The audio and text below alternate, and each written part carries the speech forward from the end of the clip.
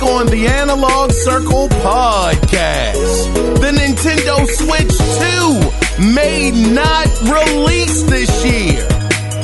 Respawn could be developing a Star Wars Mandalorian bounty hunter game. I know a lot of us have been looking for something like that.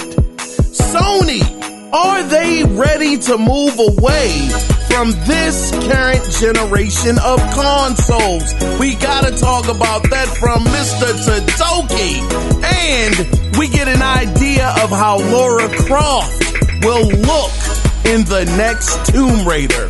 All of these stories can be found here and more in episode 197 of the Analog Circle podcast. I am your host, Kiaun Mitchell, and welcome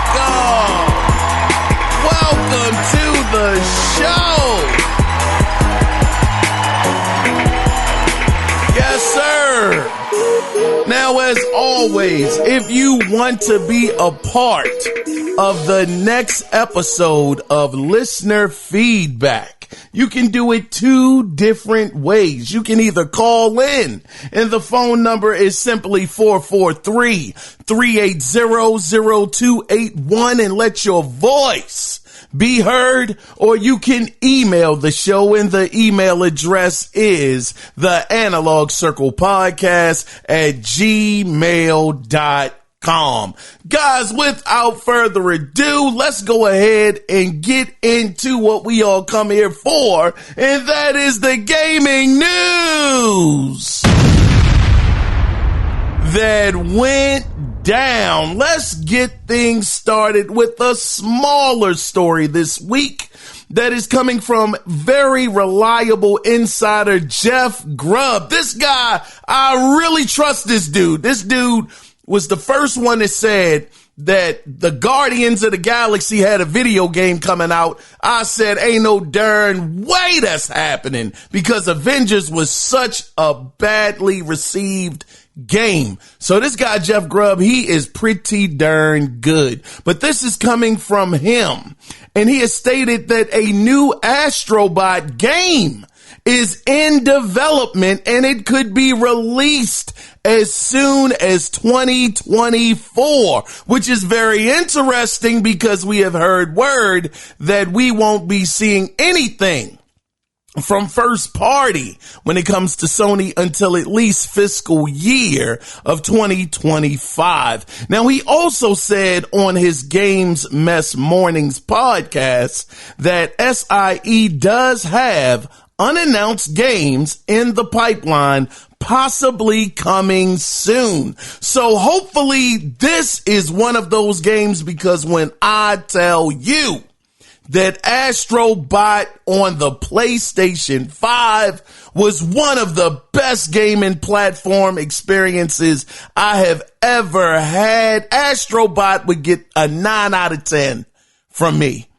It was just that remarkable. They showed off, Asobi showed off what that controller, what that PlayStation 5 controller is able to do when you get it in a developer's hands that wants to take full advantage of it. It was so well done.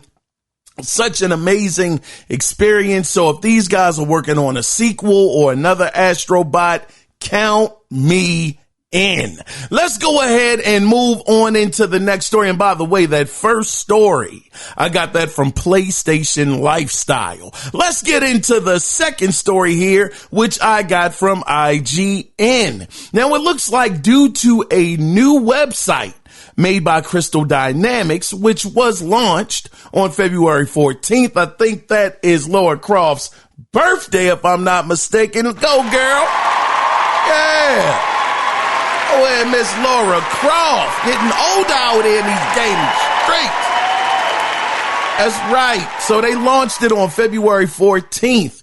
Now we get a look at Laura Crofts' new appearance, which shows her back in her classic pale blue tank top and brown shorts, holding two pistols, which is leading some to believe, including myself, that in the upcoming Tomb Raider game, which is being developed on Unreal Engine 5, I might add, that this will be her look moving forward, which I would love to see, because in that original, well, it wasn't the original, but in that trilogy, that newer trilogy that released back on the Xbox One, the Xbox One generation and PlayStation 4 generation, it was telling Laura Crofts' origin story.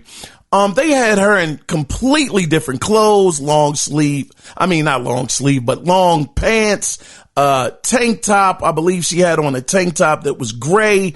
She was just getting her sea legs, as it were, for adventure. So a completely different, not Tomb Raider, but Laura Croft at that point in time. But now that she's seasoned, she's more of a vet. I love the fact that they're actually going to bring her back to her original clothing, which she is so iconic for. So I'm looking forward to seeing more information on this, hopefully sooner than later when it comes to the new Tomb Raider, because we haven't had one in quite some time. So if you're like myself, I'm sure you are looking forward to seeing what new direction Crystal Dynamics will take this game in. Let's get on into the next story, which is coming to us from Rock, Paper, Shotgun. So congratulations to Remedy for Alan Wake 2 outpacing any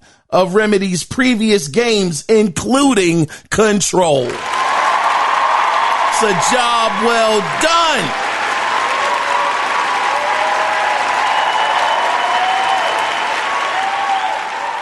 So it says, to date, Alan Wake 2 has sold 1.3 million copies. But according to their CEO, his name is Tero Virtala, spelled Virtala, the game hasn't made back the money on the investment.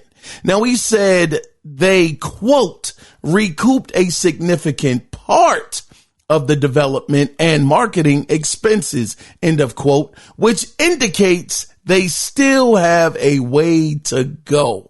And this was, now the thing about this was, this was an all digital release. So I thought that was supposed to save money. So, to date, because since we got to talk about the money here a little bit, to date, the game has made around $78 million. No, the game actually, I believe it cost that much to make the game. It cost around $78 million. And I did some research. So according to Google, the game's budget, that was what it made. It made $78 million. But the research that I did, it showed that the development costs and marketing costs for the game was around $75 million in US currency. So to me, they've already more than broke even because they've made $78 million. So they're already $3 million over the budget. So I would have to believe that, they would have got their money back. But that is the interesting thing about the gaming industry. We've seen this. Speaking of Tomb Raider with Square Enix, when the game sold very well, it did exceptionally well, they still considered it a failure. So it always just baffles me that when you do get the money back, like, what is it? Is it the projections that are off? I know that all of these companies, they have projections on where they believe a certain product or thing is going to land. So is it that you're taking into consideration where it should land versus where it actually does land? And what I mean by where it actually does land is, okay, if it lands at a place where it's still made you money back, does that still count as a fail because it didn't meet the projected return on the project. I would like for somebody to let me know if they have any idea of how that part of the business works, because I looked up how much it cost to do the promotion on the game, like promoting it and getting it around and getting people to look at it, getting eyes on it. It was like $20 million. And to actually develop the game, it was $50 million. So I'm just sitting here and I'm wondering, why does it cost so much to market a game? It is just unreal. In the digital age, it costs this much money. It amazes me, but I would love for somebody that has a really good knowledge on this, as far as like these gaming budgets go, on how these companies, how they break down what is a success and what is a failure. Because again, it looks like they already made money back on it. And granted, 1.3 million copies is not, that is terrible. It's not a lot. And I only say it's terrible because you're talking about PlayStation having like 40 something million plus PlayStation 5s out there and 20 something million Series X's out there. You're talking about a player base of well over 50 plus million, almost 60 million plus players out there, and you only sold 1.3 million copies. That is very, very scary, man. And it's only scary because it makes me wonder, that'll probably be the question at the end of the show. You already got a sneak peek of it here. But the other thing that they mentioned was Vertala,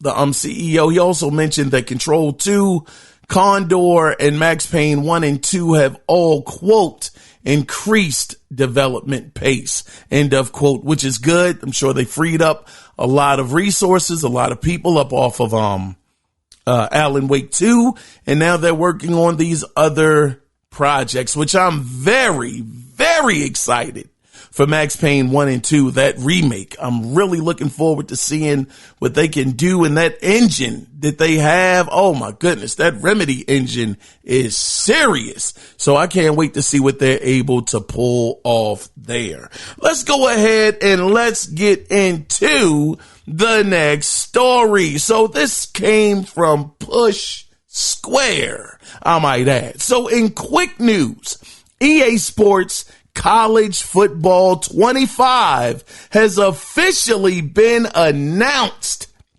and we will get a full reveal in May. But the game is slated for a summer release. Shout out to them. Man, college football is back.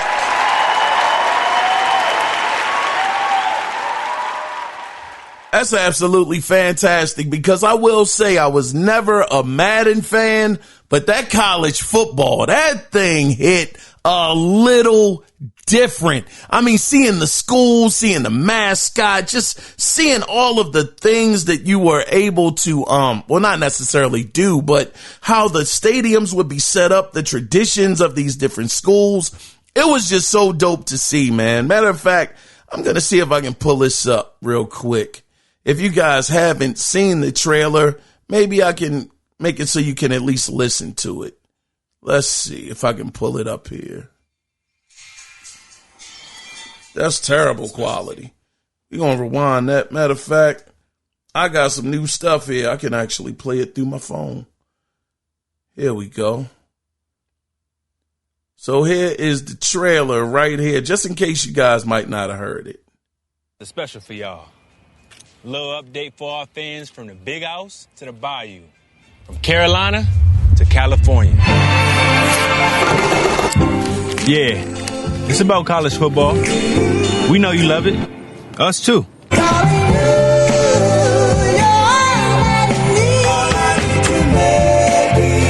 rivalries, comebacks, the traditions and superstitions built by generations. There's nothing like it. Turns out, we've been building too. So let's address the big owl in the room. Yeah, we've seen the posts, the predictions, the doubts. We get it. It's been a minute. Let's just say, this ain't the only jersey we've been working on. The game this sport deserves. Because pretty soon, this place will be full again. Until then, cue the crowd noise.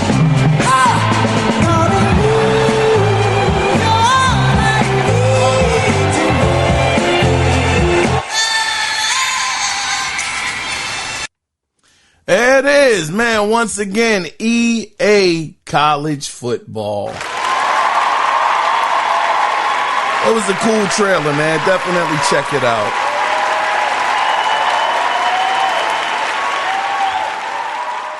So without further ado, let's go ahead and get into the next story, which comes to us from VGC. And this one is a doozy. So in Nintendo news, and believe me, like I said, it is a doozy and unfortunate, but it appears that the Nintendo Switch 2 has been delayed until early 2025.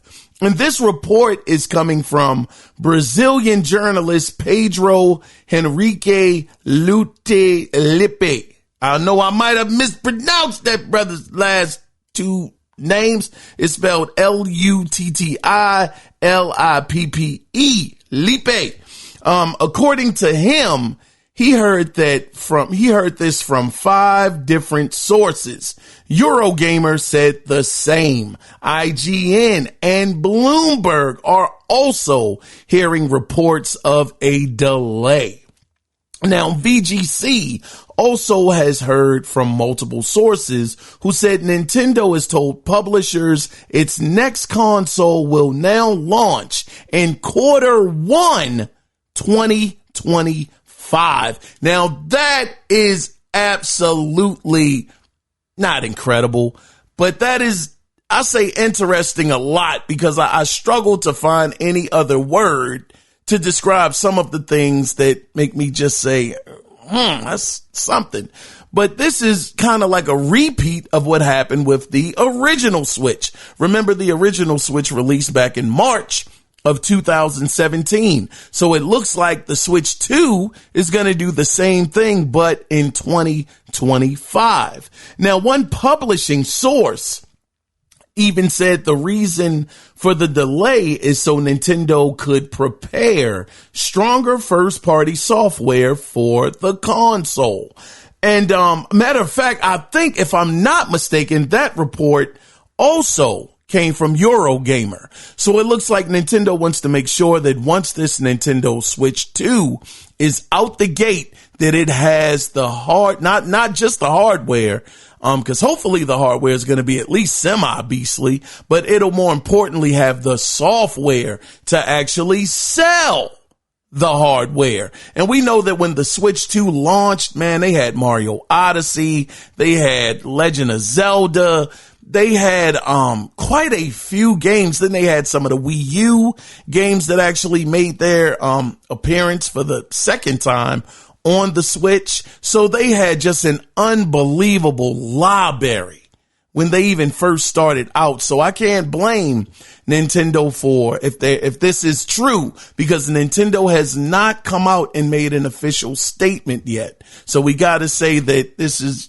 allegedly happening. So we'll just see what Nintendo says, but it does make sense that they would want to make sure that the Switch 2 does come out in its best light possible, having multiple games, big titles that really attract people to the platform to be available on day one. I've even heard that doggone F-Zero is supposed to be making a comeback on the Switch 2. So it'll be very, very interesting to see how Nintendo plays this. And knowing that if these reports are again true, knowing that Nintendo has literally a whole year to actually build up hype for the Switch 2, I'll be very interested to see what they do over the summer, to see if they actually are putting on an E3 show like Xbox is putting on an E3-esque, I should say, show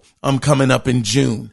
It was one more thing that I did want to mention about this story is I know that technically, it's not even a technically in it, but this really is not a delay, to be fair, now that I think about it, because Nintendo never said that they were actually releasing the Switch 2 this year. We just heard multiple reports that it was happening, but Nintendo never officially came out to say, yes, the Switch 2 will be available later on this year in the holiday season. So I guess, again, we can't say that it was delayed because they never said it was releasing this year.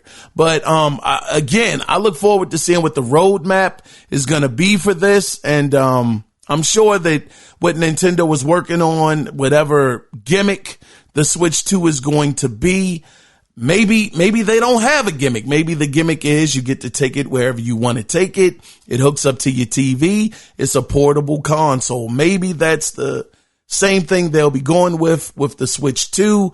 But if we look at Nintendo's track record, they usually have something that makes each console that they release different from the other. So I'll look forward to seeing what that is that actually makes the Switch 2 stand out from the Switch 1. Let's go ahead and let's get into the next story, which comes to us from GameSpot. So let's take a little trip down a road that we all know, or should I say a street that we all know. Let's take a trip down Rumor Boulevard. Rumor has it is something that only I know. So if you're a Respawn fan, there is a report that Respawn is making a first-person Star Wars game featuring a Mandalorian bounty hunter. Oh, this gets me excited. Now the game is set during the height of the Galactic Empire.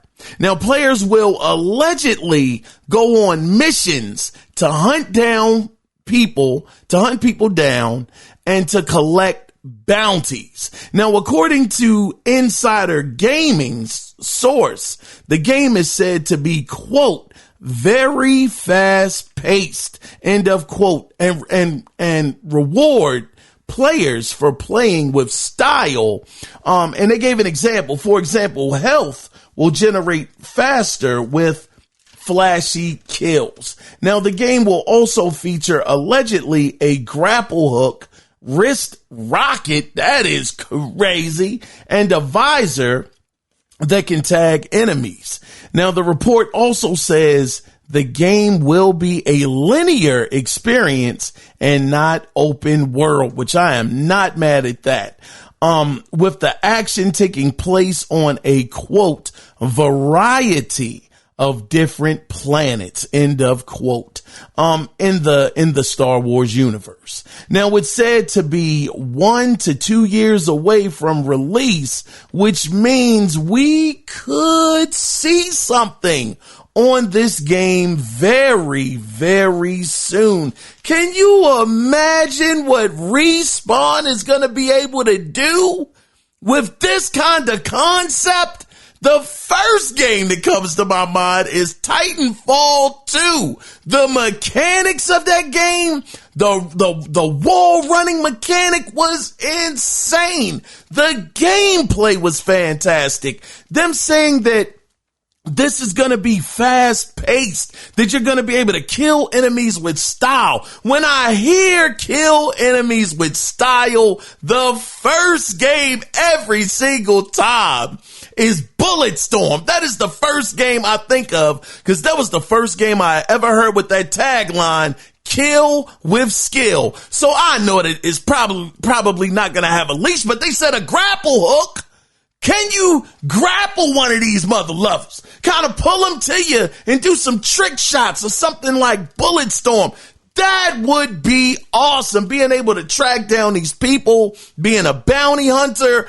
I am really excited about this. I can't wait to see what they do with this, what the story is going to be, who the characters are going to be. Like I said, they got this Mandalorian character right here that's going to be out here bounty hunting. And I would be lying to y'all if I told y'all that I'm very versed in Star Wars, into that world. I am not. I'm very much so a novice when it comes to the universe of Star Wars. But I will say this, I always seem to enjoy most Star Wars games, going all the way back to back on the Super Nintendo when you had Luke Skywalker. I forgot the name of that Star Wars game, but I go all the way back there to playing Star Wars games, even on the PC.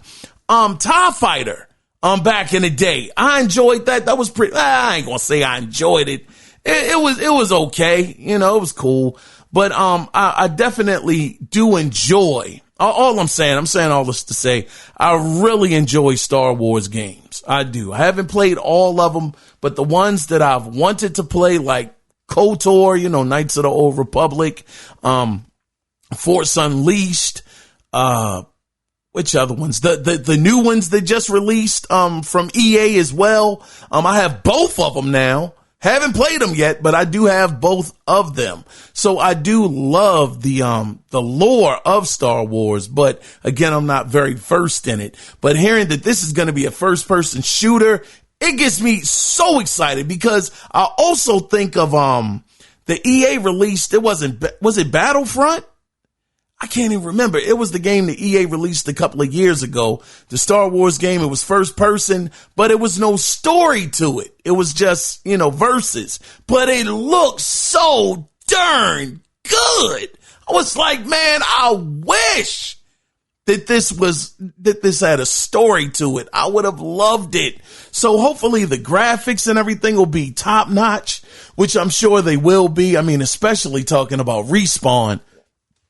We already know what these guys do. They are amazing at what they do. They're fantastic at gameplay. They tell a great story. All you got to do is just go back to some of the Call of Duties of old and Titanfall 2 that shows that they have storytelling chops. Yeah, I'm just really, hey, even the new Star Wars games, they are behind those. Those are Respawn games. So even the storytelling in those, which again, I gotta say, I have not played either one of those yet, that they're on my backlog to get to. But, I think the second one got like a 9 out of 10. It was a crazy great score that it got. So they showed that they have the chops to, really put together a great story. The gameplay is always good. Graphics are always great. So this should be, or at least has the makings of being a fantastic game when it releases. Let's go ahead and get to pardon me about my voice. I've been losing my voice for the last 2 weeks, but we're going to go ahead and move on into the next story. So I got this next story from GameSpot. Now, I haven't really been into baseball games since, man, I gotta say, like Bases Loaded or Sega's World Series Baseball, I believe it was called. That joint was dope. But this year's MLB 24 actually caught my attention this year because they will be highlighting the Negro Leagues story of Toni Stone, making her the first female player featured in the baseball series. Man, this is so dope, man.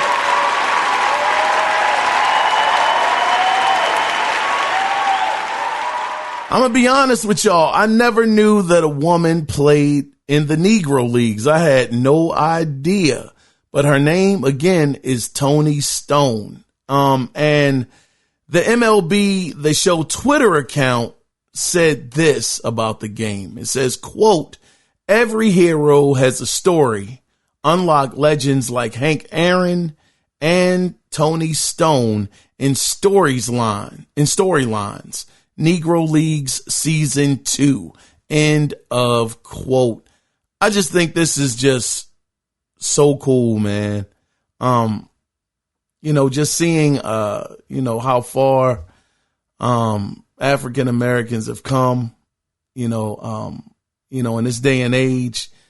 I'm seeing the things that we do, are able to accomplish when, we get a fair shot at being able to do things. This is fantastic. I really take my hat off to, Sony, for doing this. This is really awesome.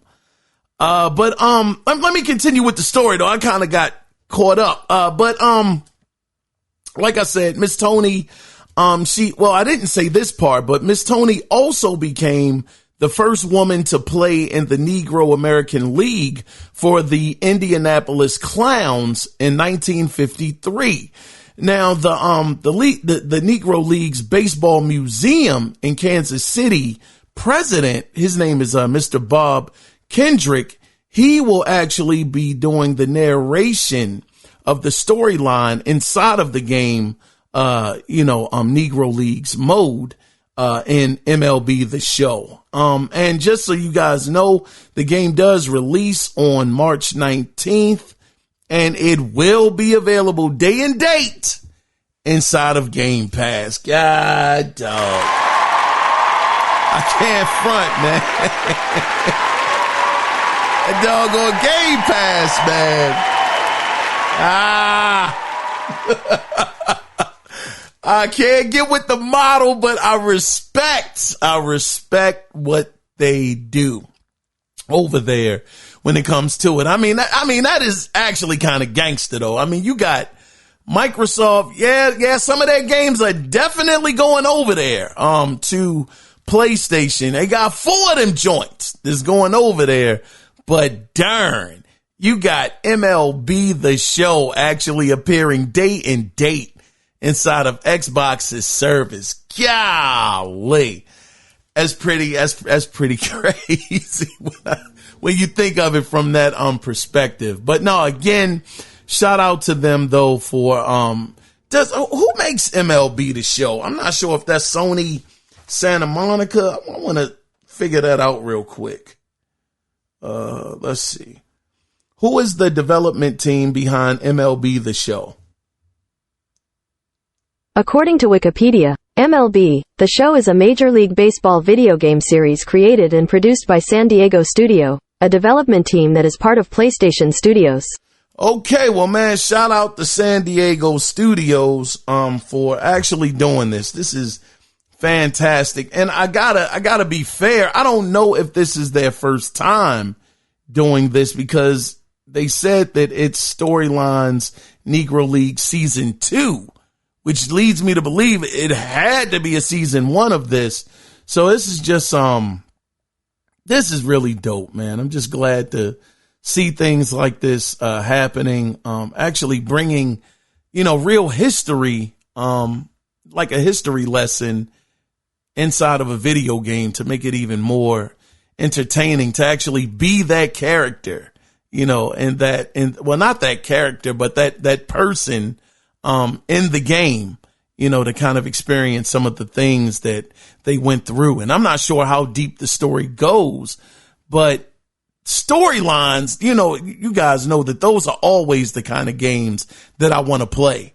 So because of it being a storyline in this, I don't know, man, I might have to pick this up. And they also said that all of the special editions that they sell of the game, they're going to donate, which I believe they're like $125, somewhere around that price range.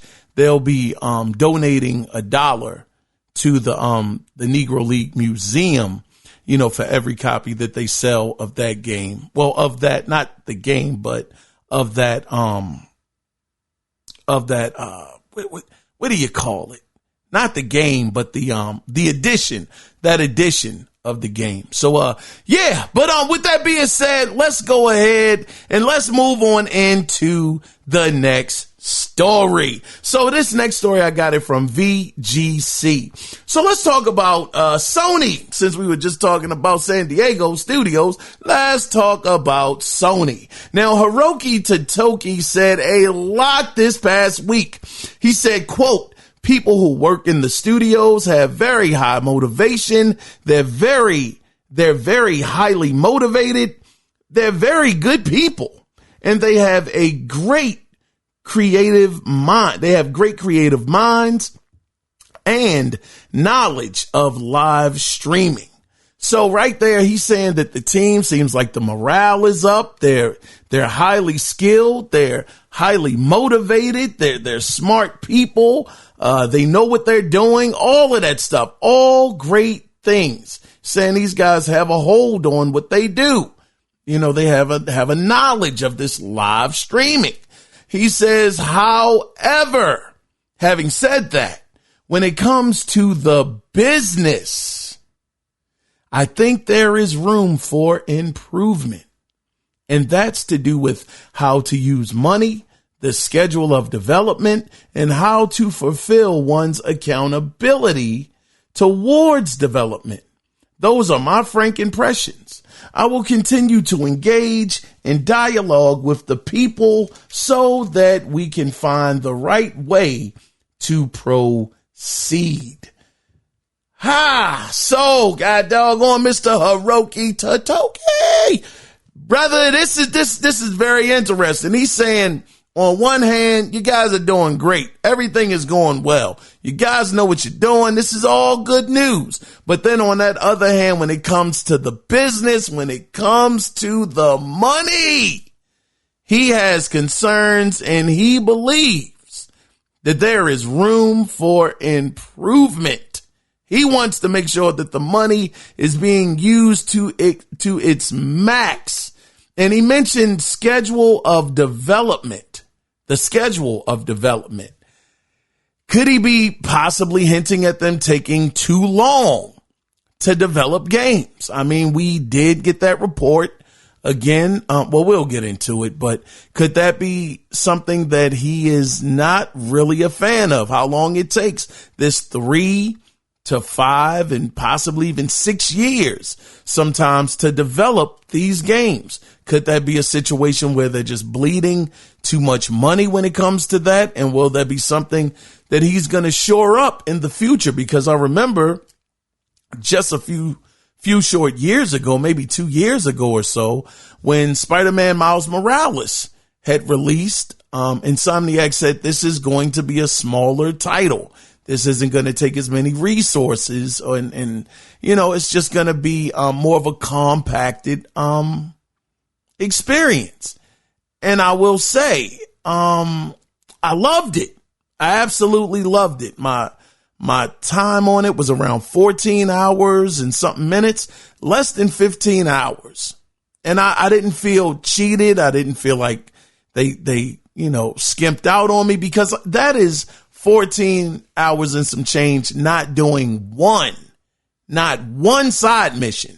So we know that the amount of different missions you're able to do inside of Miles Morales is a pretty nice amount. So I'm sure if you're doing all of the side missions, you might could even get possibly 30 hours out of that game. Well, let's just say 25 to maybe 30 hours extra out of that game. So we heard from the previous CEO, which his name is escaping my mind, at Sony, after he was gone, that he believes that these experiences are going to get shorter because it costs so much money to make these big budget AAA titles that they're going to have to eventually be shrunk down because the business model isn't sustainable. So could that be something that he'll be looking into, since he is right now the president or the CEO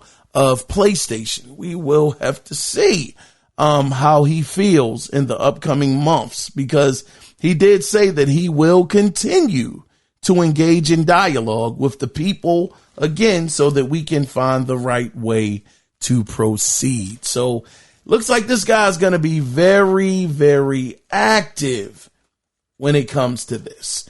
But the other thing is some more things here that we need to go over. We also got some sales. Well, actually not sales, but we got some numbers. SIE set a sales target of 25 million PlayStation 5s, but the year ending March 2024. Hold on, what did I say? Because I'm looking at this. I'm going to let y'all in on some inside baseball, man. I think, darn, this is the last story this week. Dang. No, it's not the last story. We are next to the last story. Darn, I ain't do too much this week. I'm a little shocked at myself. We're going to be out of here way less than an hour. In way less than an hour. Well, let me finish on. So SIE set a sales target of 25 million PlayStation 5s for the year ending in March 2024, so next month. But in the latest quarter, it sold 8.2 million consoles, bringing the total for the year so far to 16.4 million, which to me is absolutely amazing. You sold 16.4 million consoles. That is great. But Sony feels they're going to fall short of their original goal by 4 million, coming in at 21 million units sold. Golly, this is unreal. That's just not a success. According to, well, I guess maybe I just answered my darn question about the doggone budget of games. So it's all about projection. If you fall short of those projected numbers, like I thought when I was talking about Alan Wake, then it is a failure, even though you sold 16.4 million. And you're saying that before it's all said and done, you're going to sell 21 million units. That's if it pans out that way. But darn, that's still a lot of units. But they're still looking at it, seems like from Totoki's standpoint of it was a fail. But Totoki also went back to talking about his first party titles where he said, quote, there's a synergy to it. So if you have strong first party content, not only on our console, and this is key, but also other platforms like computers, a first party game, he said, can be grown with multi-platform. Man, it seems like that day and date is coming sooner and sooner. But he continues, he says, and that can help operating profit to improve. So that's another one. We want to proactively work on. So it looks like Totoki, he is about to start looking at the PC side of things a lot more closely, because according to him, getting the games out to the computer will help with operating profit, to help that improve. So just like Microsoft, just like Nintendo, any of these businesses, anybody that is in business, you are going to do what is best for you and your business. And I will say this just on a side note, because I did bring up Microsoft. If you want to hear my thoughts, I tried something a little different this time. I don't know how well it came out, but I'll be putting it up probably after I post this podcast. But I have this new thing that I'm working on called Play-by-Play from K. I think that's what I called it. Play-by-Play from K. Where I'm actually going through the Xbox interview with Phil Spencer, Sarah Bond, Matt Booty, and kind of going through it and giving my thoughts as the interview is going on, because what I originally planned on doing was I was going to actually chop up certain clips of that interview and put them into the podcast. But I said, man, that's going to be a lot of work and that's going to take a good amount of time to finish. Why not just play it? Because I can kind of do some things I wasn't able to do in the past. I was like, why not play it and just react to it as it happens? Because I felt like I would have left out some things. So if you guys want to check that out to get a more in-depth thoughts from me about that situation, that show, then please download it. It'll be available probably shortly after this show is actually uploaded. But let's continue on with Sony here, though, talking about Toki here, talking about its synergy, and they are looking into that, the computer side of things, a little bit more on making that a possible way of making their business be able to grow. And like you said, multi-platform, all of that stuff. So it was also revealed that Sony will not, I talked about that. Yeah, that Sony won't have any big games made by its internal development studios planned for this year. There will be no first party titles released until March of 2025. And it was said that PS5 is, quote, this was another thing that kind of threw me off. They said, quote, the PS5 is, quote, in the latter stage of its life cycle. The latter stage. I'm like, man, it's about to be 4 years old. Usually console, well, lately, ever since the 360 era, consoles have been lasting about 7 years. Now, if you go back to the PlayStation 2 and the original Xbox and the GameCube days, those used to last 5 years, which would mean those would be on their pretty much on their latter stage of the life cycle. But I mean, darn, I thought we had at least another 3 years. I would have thought he would have said they were at the midway point of the console. So does this mean, I'm just kind of piecing this together on the fly, but I mean, we heard that Microsoft said that they were, matter of fact, Sarah Bond actually said on that podcast that they're going to be showing off hardware in the holiday season, which is more than likely, like I said on the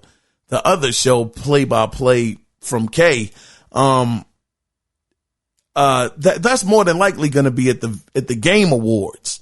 So, and we heard that they also were supposed to be bringing out the console, the new one, in 2026, which I was hoping they would not do. But listening to how Toki talks about the PlayStation 5 and saying that it's in its latter stage of its life cycle, I'm like, yo, no way. So is this generation ending early? Is this generation ending by 2026 instead of 2027? I'm just trying, you know what? Because I don't know much. I'm going to see what this means. What does it mean when a product is in the latter stage of its life cycle? According to TWI Global, as the new product becomes established, the marketing efforts lessen and the associated costs of marketing and production drop. As the product moves from maturity to decline, so demand wanes and the product can be removed from the market, possibly to be replaced by a newer alternative. Dang! So darn, they already think. Toki already believes that it's already on the decline. The PlayStation 5 is pretty much not going to sell many more units. That is madness. This is the definition that Google gave, but darn, it's not even 4 years old yet. And they're talking about it like we're in like year 6 or 7. And And this is the thing, the doggone PlayStation 5 to date has sold 54.7 million copies. It has sold 54.7 million consoles. So, I mean, darn, we know that usually, I mean, you minus that PlayStation 3 era, but they usually, and pardon me, the sump pump keeps going off. We keep getting rain and snow. But we know that usually each PlayStation can usually top out at 100+ million for the most part. The only one that didn't do it was PlayStation 3. So you mean to tell me at 54.7 million copies, y'all are ready to throw in the towel because y'all don't think it's going to sell much more? I mean, a lot of the first party games haven't even still come out. Naughty Dog hasn't released anything. Sucker Punch hasn't released anything yet. Even Sony Santa Monica, which I know God of War, they just had that in the tuck and they brought out the DLC, but they're supposed to be working on something. Cory Barlog is supposed to be working on a new title. So, I mean, those three alone haven't even released. We don't know if the Last of Us Part 3, when that's releasing, or what else Naughty Dog possibly has in the tuck. And it seems like they're already kind of giving up on the PlayStation 5 brand. It's baffling to me. Very, very much so, which, man, we'll talk about it on the other side. But let's get into the final. Let me make sure that was all I had written down on this story. Let me see. Oh yeah, I did have some more. After they said that it's in the latter stage of its life cycle, it was also said that as such, we will put more emphasis on the balance between profitability and sales. For this reason, we expect the annual sales pace of PS5 hardware will start fall. Golly, I wrote all of this down. Darn, will start falling from the next fiscal year. End of quote.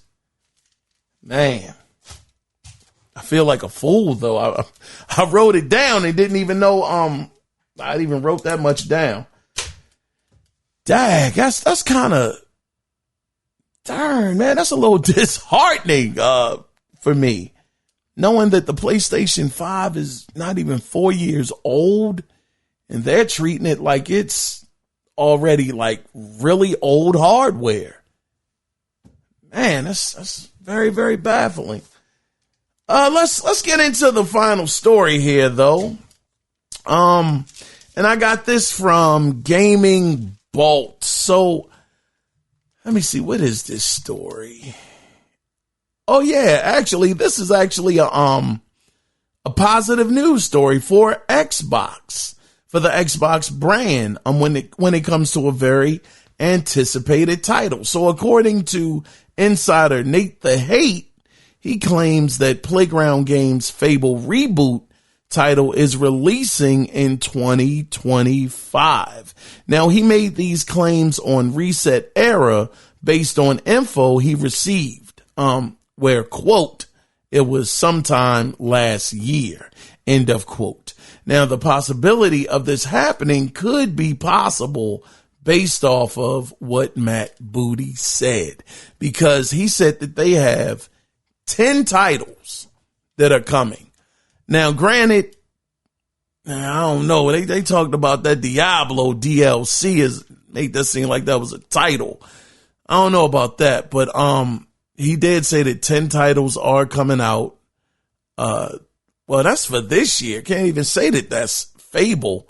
Fable is supposed to be next year, but maybe out of those 10 titles that they possibly show, maybe Fable could be in the lineup for next year, but they'll show it this year, more of an update, an actual, I mean, it was gameplay of it last year, but it was more so just like a graphics representation of what the game was going to play like. But hopefully they would be able to show the actual real character.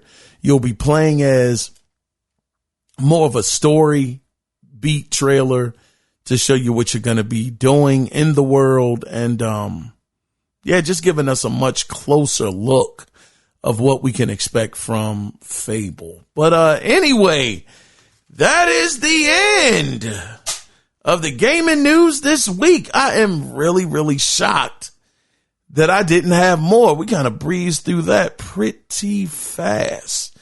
But, that's going to lead us into video game theater, which we're going to take a look back at a classic game. I believe it released, if I'm not mistaken, back in that amazing 2007, that year that was amazing of 2007, where we had multiple games release in that year, but one of the biggest games that year was BioShock. So we're going to take a look back at that, and we're going to pick up on the part where you encounter the Big Daddy and the little sister.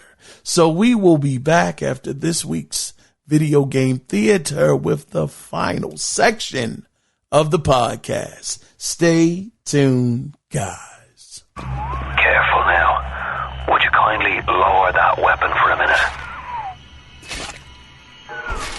You think that's a child down there? Don't be fooled. She's a little sister now. Somebody went and August 21st, 2007. According to which...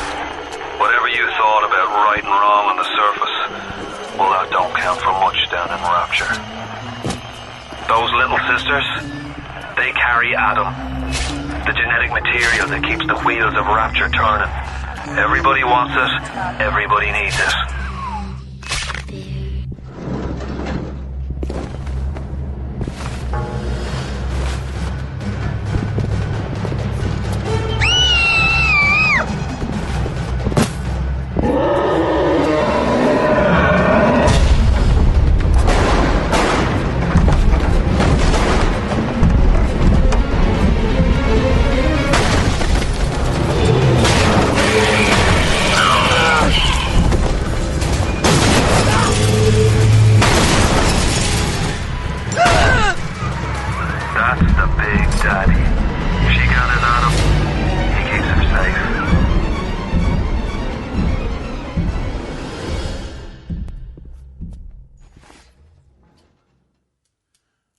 BioShock.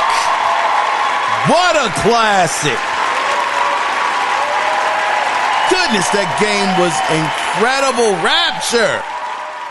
Oh, Rapture. What a place. That's why I'm so excited to see what Ken Levine does with Judas. It looks just like a BioShock clone. Well, I can't even call it a clone because he's the guy that actually made BioShock. So very excited about Judas. I can't wait to see how that game pans out. But welcome back, though. We are in the final section of the podcast and going over these numbers, seeing where, Mr. Totoki doesn't seem very happy with the PlayStation 5's, with its performance. It just leads me to the question, and then hearing that Alan Wake didn't make its money back either, having some struggles there.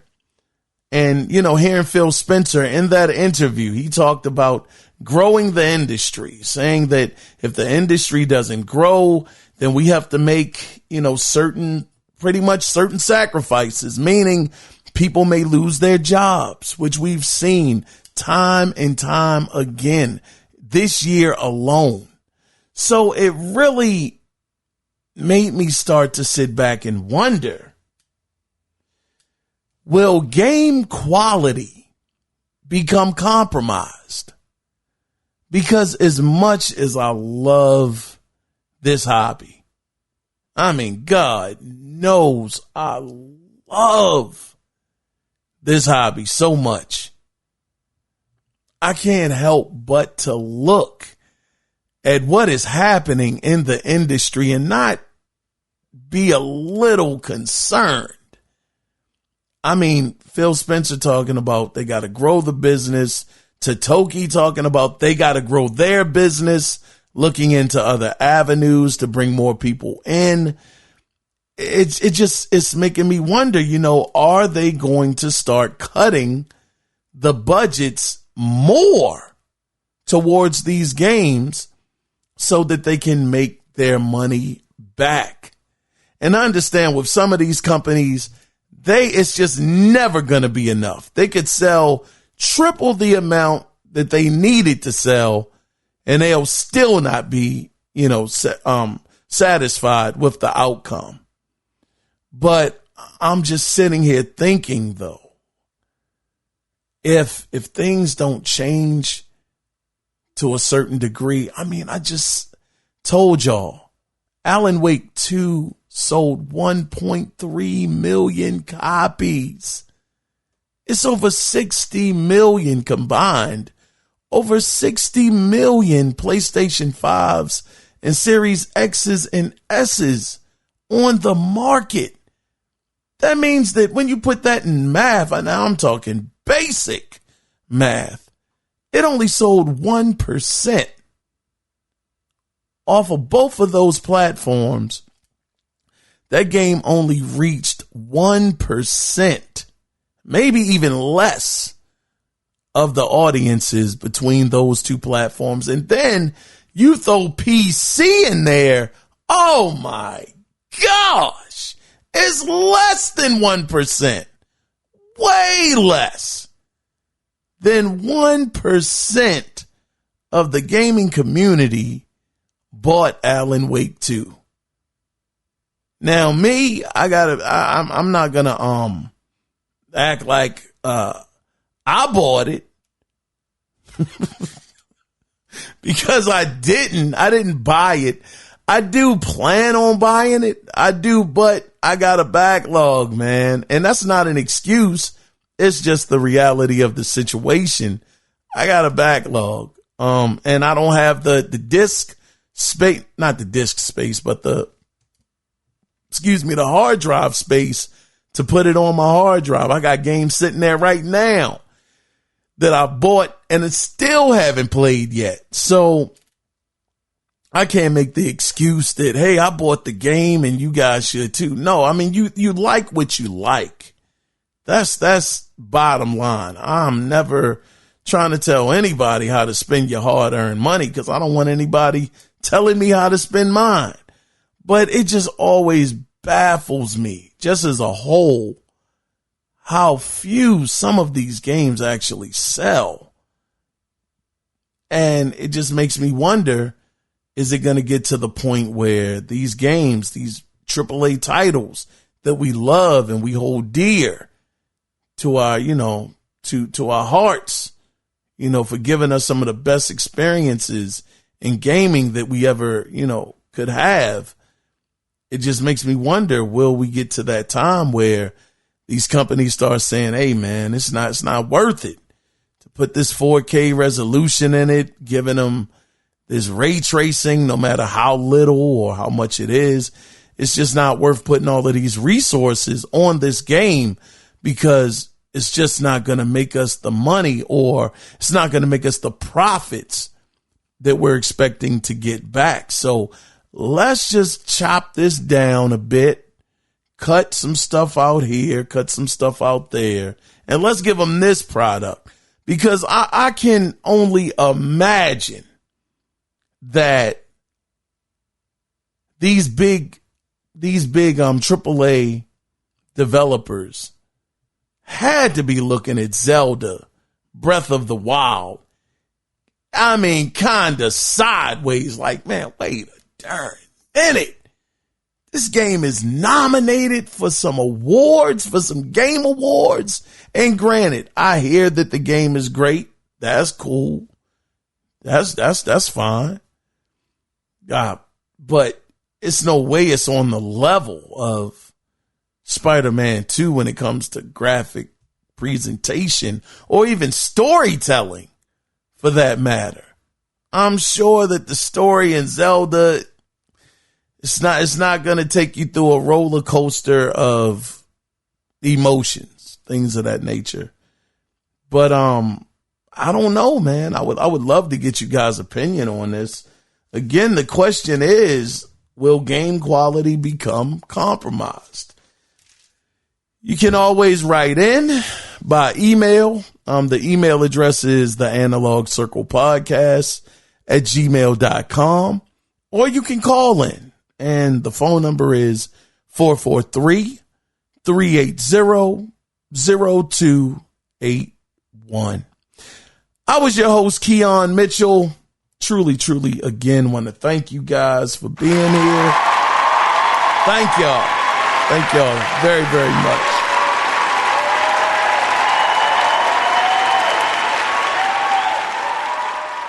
Really appreciate y'all. And if y'all do want listener feedback to happen this week, just make sure you write in, leave me a couple of verses, couple lines, and I'll be sure to go over it on Wednesday. But if not, then I'll see you guys on Sunday. So the choice is definitely y'all's. Either way, I love hearing from you guys. It's always a highlight of the week, being able to read you guys, emails and, phone calls. Definitely enjoy that. But if not, I will see you guys on Wednesday or Sunday. So you guys decide. But with that being said, before we wrap it up and put that infamous bow on it, always remember one thing. It is not about the consoles. It is about the games. So until either Wednesday or Sunday, when we do it again, you guys take care. Be safe out there. Bye-bye.